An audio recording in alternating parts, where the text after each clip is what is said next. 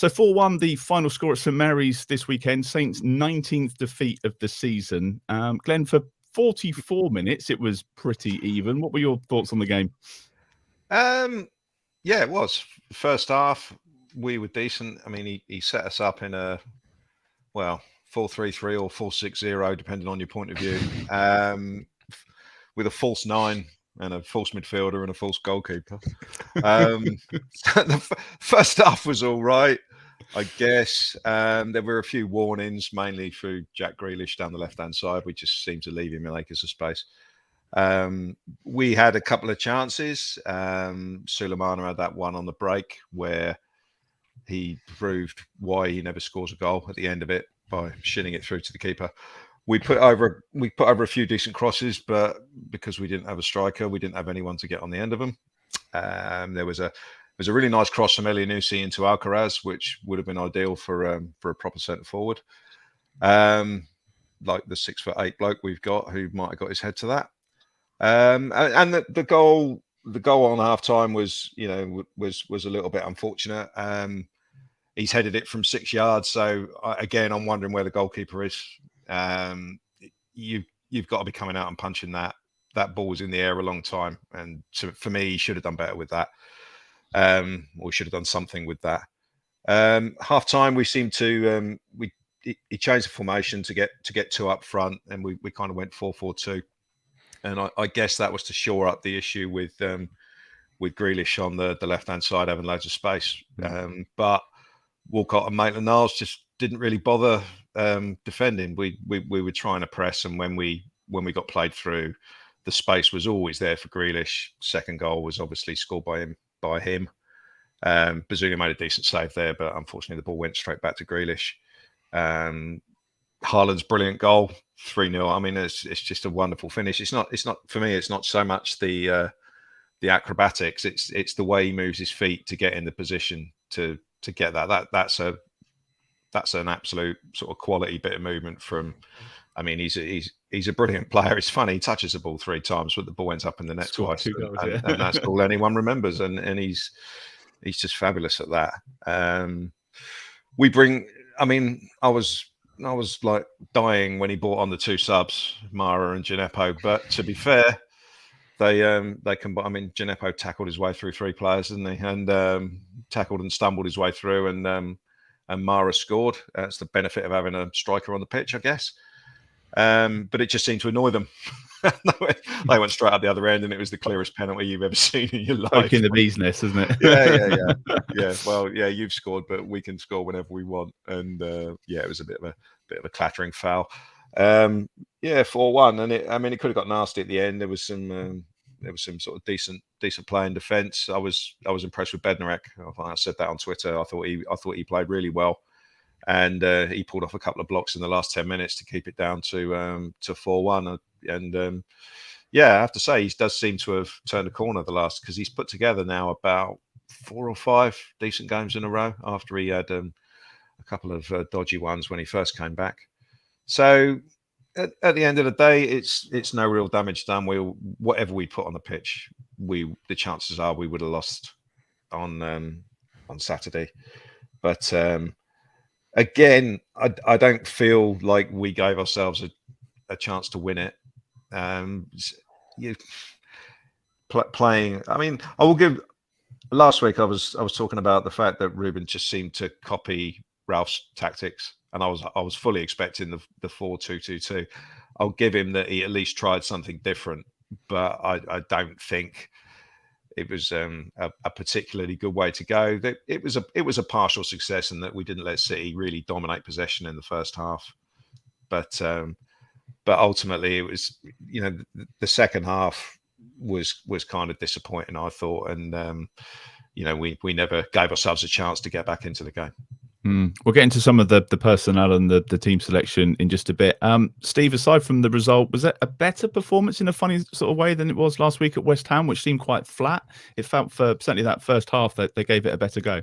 Yeah, I mean, there was definitely a very obvious plan, and we had certainly a method in mind of how we were going to cause them trouble, and it was basically going to be on a combination of counter-attacks where they where they're perhaps a little bit sloppy. I mean, certainly that Sulemana one. I mean, you won't see De Bruyne be that slack, sort of having such little awareness of what was going on around him very often. And I mean, the rest of his performance was pretty much faultless. So I think that maybe kind of jolted him into sort of waking up a little bit for the rest of the game. But yeah, we had a plan, and to be honest, first half I actually really enjoyed that first half. Yeah. You could tell that there was an energy, but we weren't going completely gung ho. We weren't trying to press the hell out of them, because I mean there was that one movement, wasn't there, where we were pressing them really well, and you could tell that the players had kind of spotted that, right, this is the trigger, right, and now we're going to press them all over and force them into the corner and force them to give the ball back to us. But at the end of the day, City are probably the only team in the league that are good enough to get themselves out of that position. And they played it really well and launched a counter-attack, which I think is the one where Bazunu made that save from Grealish. And yeah, you could see what we were trying to do, where we were trying to do it, and that we weren't kind of just pressing all the time, because realistically you're never going to be able to keep that up for 90 minutes against any team in this league, really. Let alone a team that's as comfortable in possession as City are. And yeah, I think the only frustration was that, as Glenn said, we worked ourselves probably 3 good opportunities. Didn't muster 3 shots from them. That's the problem. We've only really had one actual shot, if you can even count the sort of cross shot that Sulemana put over. So that was probably the one disappointment in that first half, that we didn't take advantage of probably actually creating the clearest opportunities, probably clearer chances than City did for most of that first half. But ultimately we are where we are because we don't take advantage of these situations. We don't convert chances when they're presented to us. And yeah, De Bruyne puts one on a plate for Haaland, 6-7 yards out, and I mean, I'd fancy my chances of scoring that header, to be honest. It was. I mean, dead centre of goal. You've literally just got to get it on target and don't hit it at the keeper. I mean, let's be fair. Many of our players would have done exactly that. The way this season's gone, it's just those are the sort of He's not chances wrong. that we would absolutely miss. Yeah. Second half was a little bit more disappointing, as Glenn said, but you also have to recognise that City did massively turn up the heat in that second half. First 5-10 we were okay. Obviously dropping a little bit deeper, but we still looked as if we were well in shape. And then once I get the second goal, a little bit of fortune in terms of the way the ball fell back to Grealish, but we gave him too much time and space on that counter attack. I think if the way when you're playing against a team like City, you can't be the ones that get counter attacked. Okay, fine. If they carve you open with some free flowing football like they did to win the penalty for the 4th goal, fine. Stick your hands up. You say, okay, they've just outplayed us there. But we've somehow got caught with leaving them with 4 attackers against 3 of us. And I mean, there's only ever going to be one outcome, unless they make a complete pig's ear of it, which they don't tend to. And De Bruyne's pass into Grealish, he didn't have to break stride. That's the difference between the top players and good players, is that those passes are weighted perfectly. They're put into the player's path, so they don't have to check their run. I mean, how many times have we seen when we've had a counter-attacking opportunity, we spread a ball wide for somebody who, if you put it into their path, they're on a run. They're on a kind of clear run in on goal, and yet we put the ball a yard. We put the ball kind of where they were when the pass was made. So as they're continuing running, all of a sudden they're 2 yards ahead of the ball. So they then have to check back and retrieve it. And the momentum of the break has gone. City don't do that. Everything is so fluid. Pinpoint. And yeah, and Grealish in the form that he's been in most of this season. As Glenn said, good save by Bazunu, but he's never missing the rebound there. And from that point, it was kind of a case of, right, okay, let's just sit in and hope. It's kind of almost a hope for the best at that point, because City were fairly rampant. We lost our shape a little bit and gave them far too much room for that third goal. Good goal for us to get back, but yeah, that was very much a sort of poking the bear strike to deny them those tidy clean sheet bonuses. So no huge surprise when they went straight down the other end and got a fourth goal.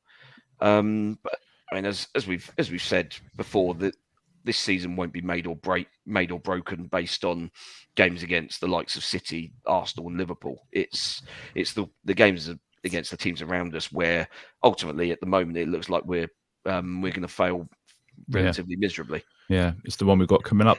Jacob, you were there at the weekend. Very little between the teams, as we've said in that first half, but then ultimately City were just different class. It was world-class players that won the game. Yeah, definitely. I haven't really got a problem with how Southampton set up to start off with. All throughout the week, I was quite concerned with who would be up front. I don't think Onuachu was the type of player that was suited to Man City, especially if Southampton want to press in pockets. He hasn't got that energy. He hasn't got that speed off the mark to press. He can't link. He can't really drop into the 10 and then allow Suleiman and Walcott to run either side of him.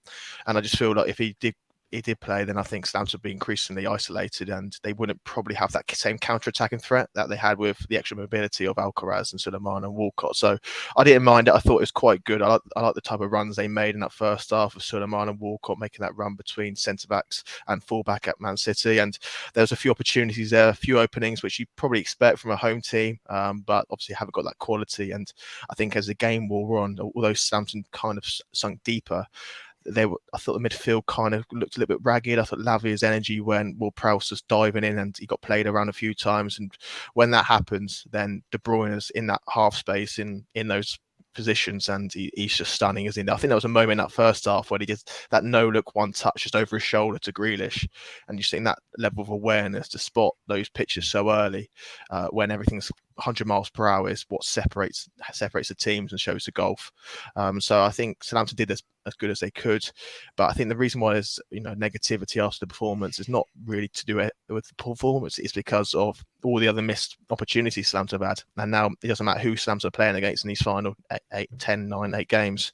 They have to win these games, and it does, and that's why Southampton fans were so disappointed yesterday, because I think if they play with that level of intensity from the first half against West Ham, then they could have got a couple of goals. You saw West Ham were extremely vulnerable aside from what happened at Fulham yesterday, and Southampton should have punished them there. But I just think the level of intensity, you just think, why can't they bring that every single game? And that's for me the most frustrating thing.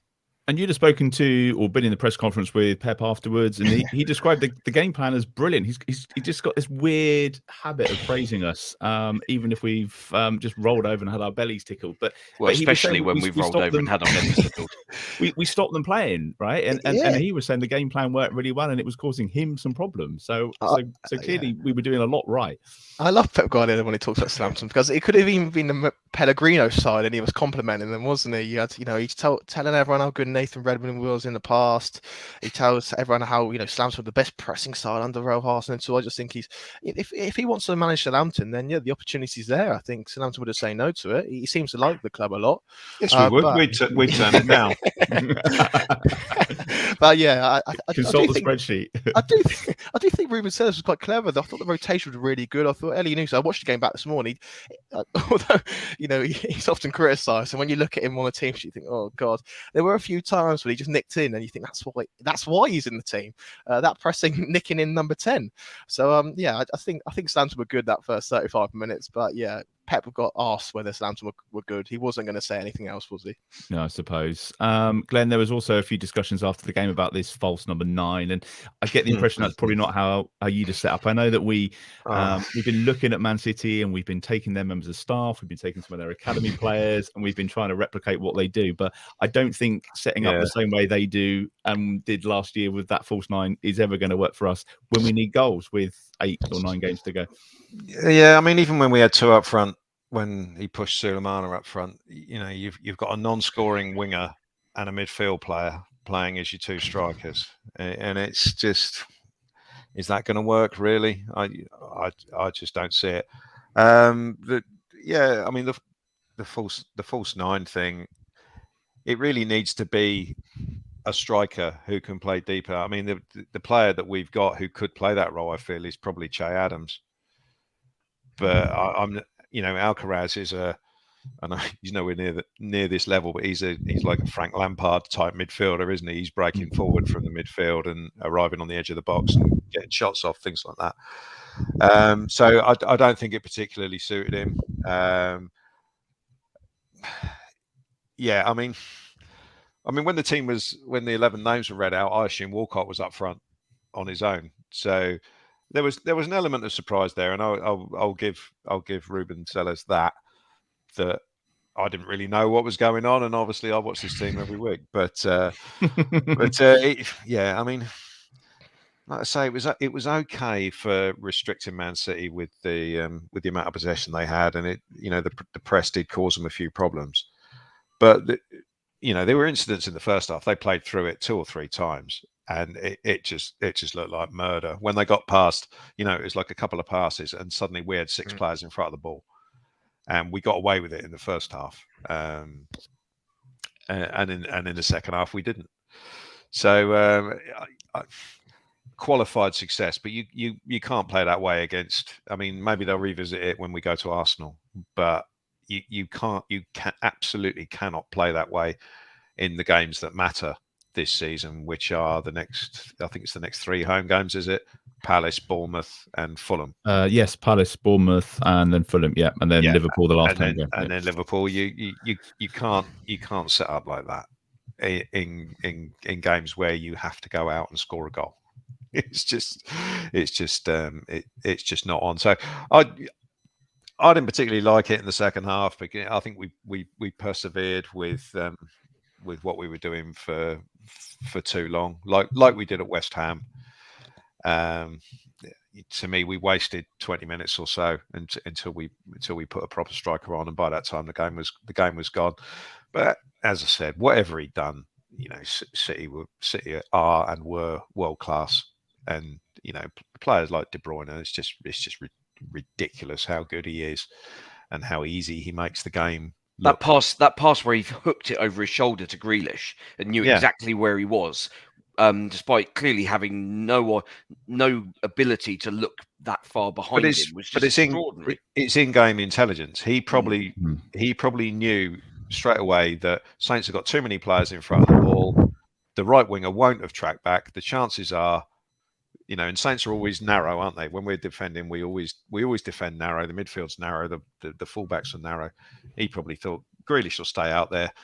I've probably got a 99% chance of this connecting, and he didn't learn that out of any playbook. That's in-game intelligence. It is. That's what's been missing. Yeah. And it's ridiculous to talk about us in the context of Kevin De Bruyne, because he's absolutely world class. But yeah, it was an amazing performance by him. And I say when Haaland scored his second goal, there was actually sort of like smattering of applause at our end, and that was and most. But Bella-Kotchap was just kind of stood there watching, going, "What the hell's he going to do?" And I mean, he was almost like going to start clapping. I think a lot of people don't like that sort of thing, but I just think, well, against Manchester City playing as they were, I just think, we're not going to see him next season, are we? No.